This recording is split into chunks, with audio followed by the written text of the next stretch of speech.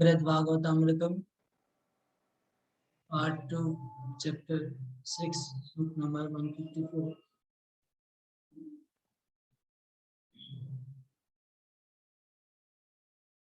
बालाभेश्च बलाभिर्य सन्ध्यायामवधानतः स्नानं न कारितं सम्यक् नाभ्यङ्गोद्वर्तने तथा।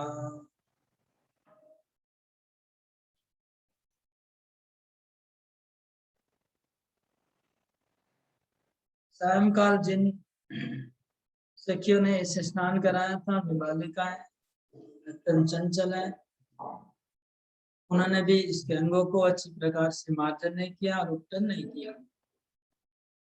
सुधा माता ने सोचा मेरे बालक को लगता है ठीक से स्नान कल नहीं करवाया, वो चपलता के कारण उसने ठीक से स्नान नहीं किया और बालिकाओं ने स्नान नहीं करवाया।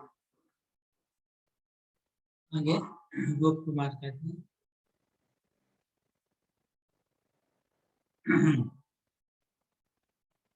श्री स्वरूपवाच यशोदा मुरेव मा तासां समक्षं व्रजगन्धकानां तत्रागतानां वयासलज्जार्विवा मुद्राभिलषन्।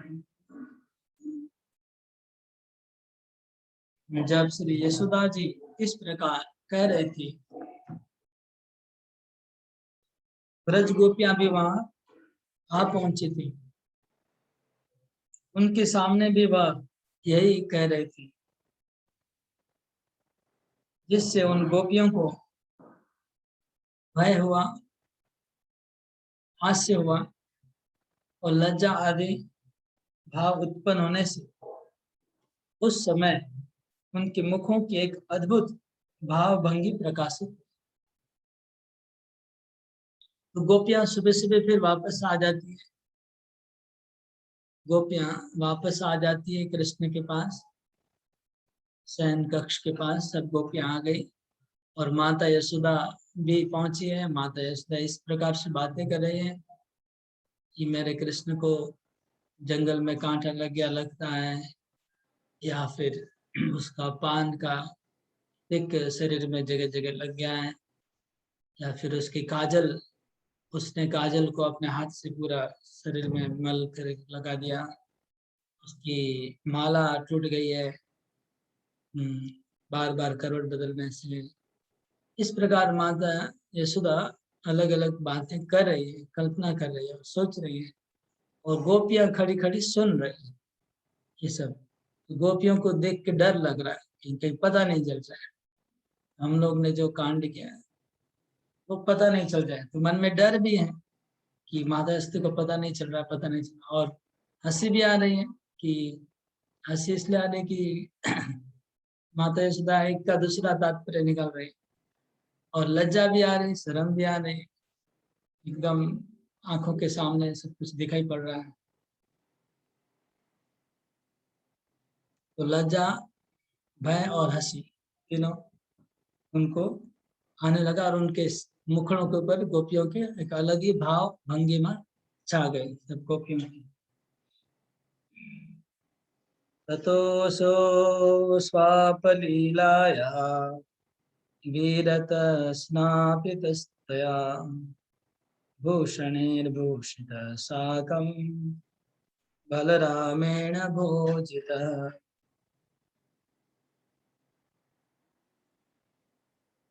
इसके पश्चात श्री कृष्ण शय्या से उठे। श्री यशोदा जी ने उनको स्नान कराया, वस्त्र आभूषणों से अलंकृत किया,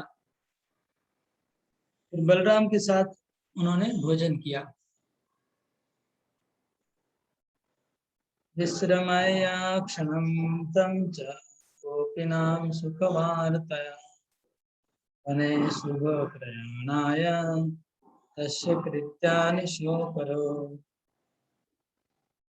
फिर गोपियों ने गोपियों से सुखपूर्वक बातचीत करते हुए उन्होंने थोड़ी देर विश्राम किया। श्री यशोदा जी ने उनको वन भोजन के निमित्त मंगल कार्य किए।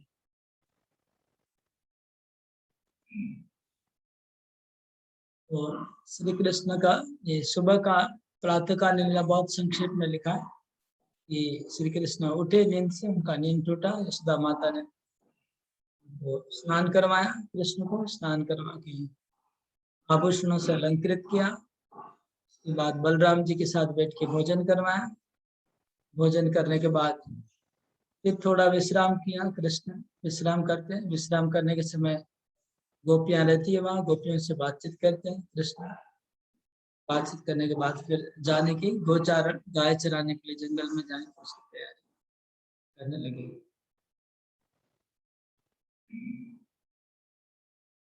तासामप्यन्तरार्तानां भावविच्छेदचिन्तया दिव्यमङ्गलगीतेन पूर्णकुम्भादिकं यदा निवेशिषाग्रजं पुत्रं पीठेरण्योचितानि च पर्याधापदङ्गेषु भूषणान्यौषधानि च। यशोदा जी ने वन भोजन भेजने के लिए निमित्त मंगल कार्य किए।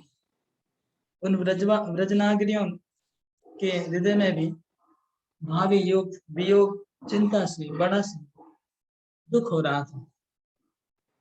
फिर भी मंगल गीत गाते हुए उन्होंने पूर्ण कलशों को स्थापित किया। तो श्री कृष्ण गोचारण करने जाएंगे तो उनके वियोग से सब गोपियां दुखी थी कि कृष्ण भी जंगल में चले जाएंगे और उनसे मुलाकात नहीं होगा बहुत देर तक। इसके लिए थोड़ा दुख था उनको सबको वियोग में। फिर भी सब गोपियां मंगल गीत गा रहे हैं। मंगल गीत जब कृष्ण जाने वाले जाएंगे तो मंगल गीत गाना होता है। सब गोपियां मंगल गीत गा रहे हैं और पूर्ण कलश का स्थापना किया जाता है। तो मंगल कार्य किए जा रहे हैं कृष्ण को जाने के लिए। इसके बाद यशोदा जी ने श्री कृष्ण बलराम जी को एक चौकी पर बैठा कर वन का उपयुक्त श्रृंगार किया। वन के उपयुक्त श्रृंगार किया। कृष्ण और बलराम को चौकी के ऊपर बिठाया। वन के उपयुक्त मतलब वन का श्रृंगार अलग होगा। वन में एक बंसी लगाना है, साथ में बंसी दे देंगे, एक दौड़ी दे देंगे जो गाय को दौड़ी चाहिए, लकड़ी चाहिए, लकड़ी हाथ में चाहिए।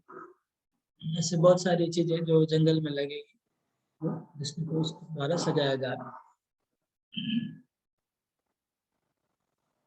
प्रयोज्य वृद्ध विप्राभि अन्याभिश्च सुभाषिष बलाद्या विधिं तेन सर्वं सा समपाद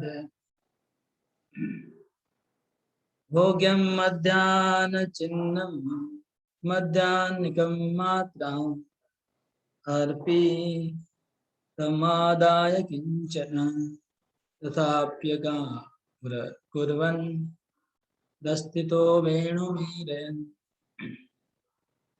तावत् सचरा सर्वे तस्यार्भ्यणे समागतं निर्गत्य वर्गशु घोषात् तत्सख्योचिततां गताः।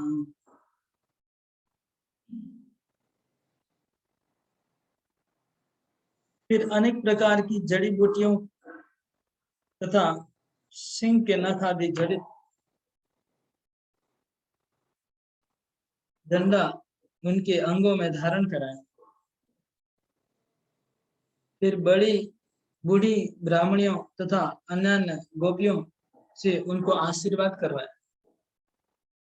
यशोदा जी ने उनको वन में भोजन के निमित्त उनसे यत्न पूर्वक सब यात्रा विधि का अनुष्ठान करवाया।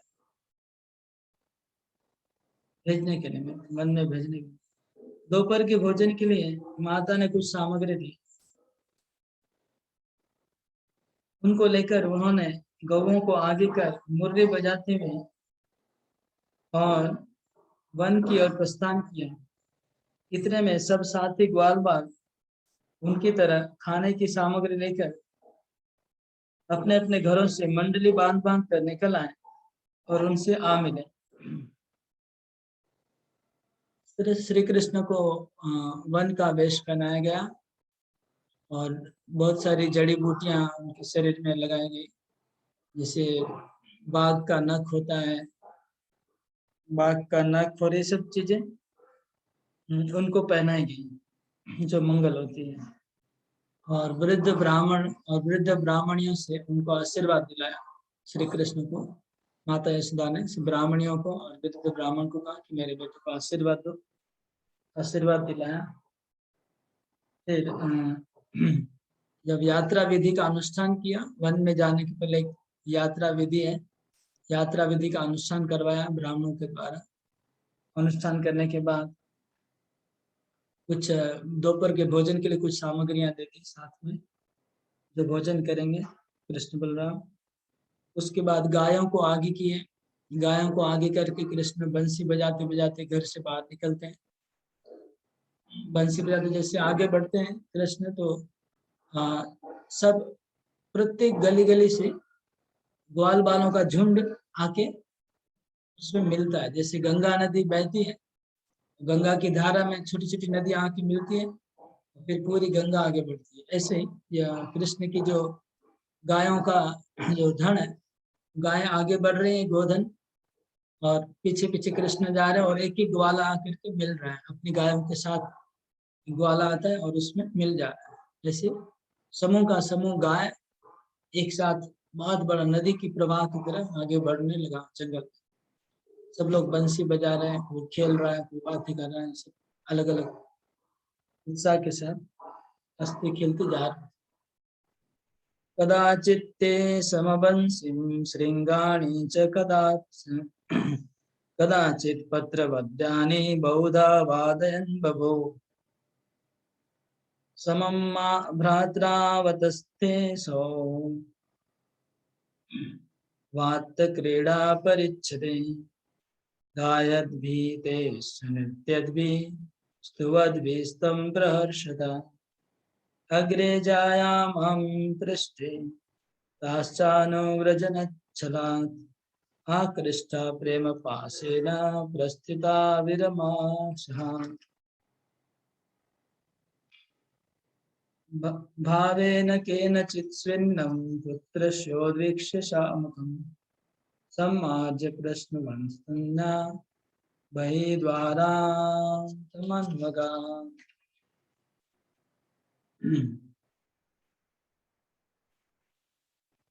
श्री कृष्ण अपने सखाओं के साथ कभी कभी बंसी बजाते थे, कभी श्रृंगा बजाते थे, कभी पेड़ के पत्तों से तो पत्तों को बांध करके एक सिटी बना सिटी बजाते थे पत्तों की। बलराम के साथ श्री कृष्ण चामर, ध्वजा, गेंद, मृदंग आदि वस्तुओं को लेकर सखाओं के सहित चल दिए।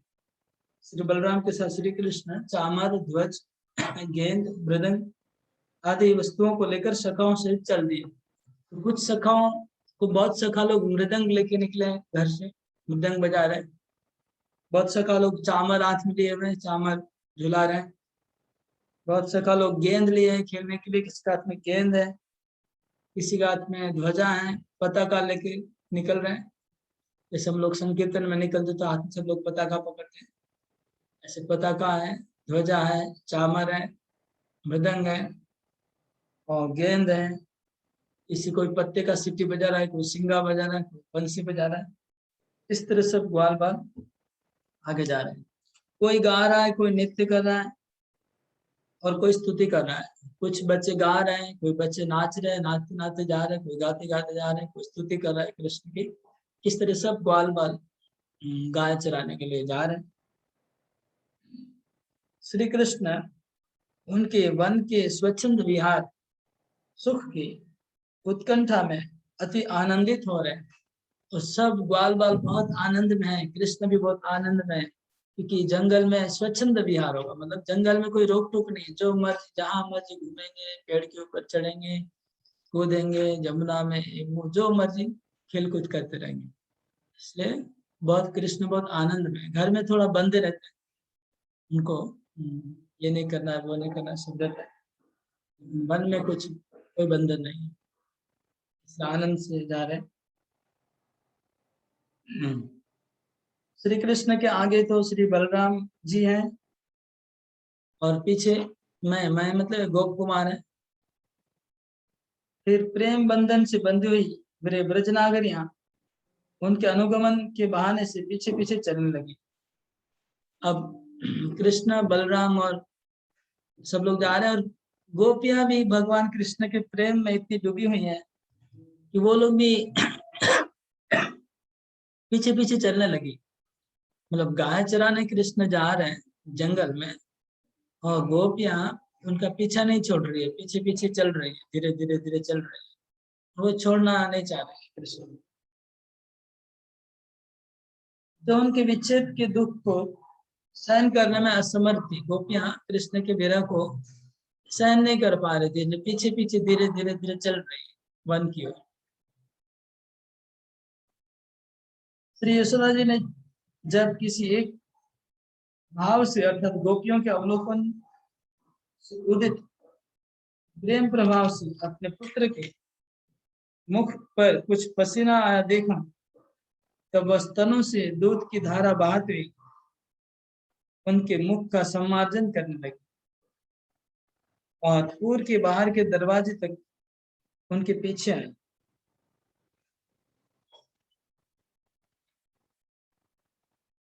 भावेन केनचित् स्विन्नम पुत्र शोदृक्ष शामुखम सम्मार्ज्य प्रस्तुतस्तन्या बहिर्द्वारा अन्वगा।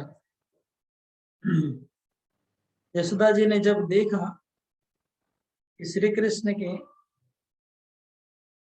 गोपियों को अवलोकन करके श्री कृष्ण के मुखारविंद पे कुछ अलग ही भाव उत्पन्न हुआ है गोपियों को देख करके, और श्री कृष्ण के मुखड़े के ऊपर पसीना आ गया उनको देख करके।